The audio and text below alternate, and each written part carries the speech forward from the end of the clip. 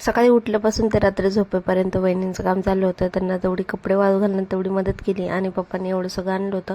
पाहुणे येणार होते आणि त्यांना आज उपवास होता, त्याच्यामुळं गाथाला आणि शिवला मी खाली आणलं होतं खेळायला. तर छान अशी खेळत होती. गाथा वॉकरमध्ये ठेवलं होतं तिला. तर आज जायचे मामा आणि मामी येणार होते.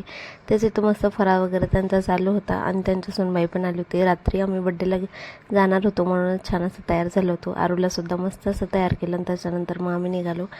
सोसायटीमध्येच एका म्हणजे मुलाचा बड्डे होता, पहिला बड्डे होता त्याचा. शिव आणि गाथा दोघं पण छान तयार झाले होते. मस्तपैकी आम्ही बड्डेला वगैरे गेलो. पण गाथाला झोप येत होती, त्याच्यामुळे ती काही एवढी ॲक्टिव्ह नव्हती तिथं.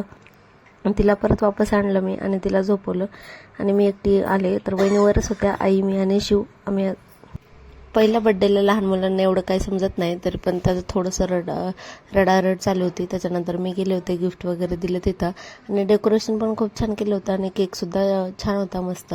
पण तो काही तिथं थांबायला तयार नव्हता, त्याच्यामुळे त्याला इकडं गाडीत बसवलं होतं. या गाडीमध्ये एंट्री वगैरे झाली होती त्याची.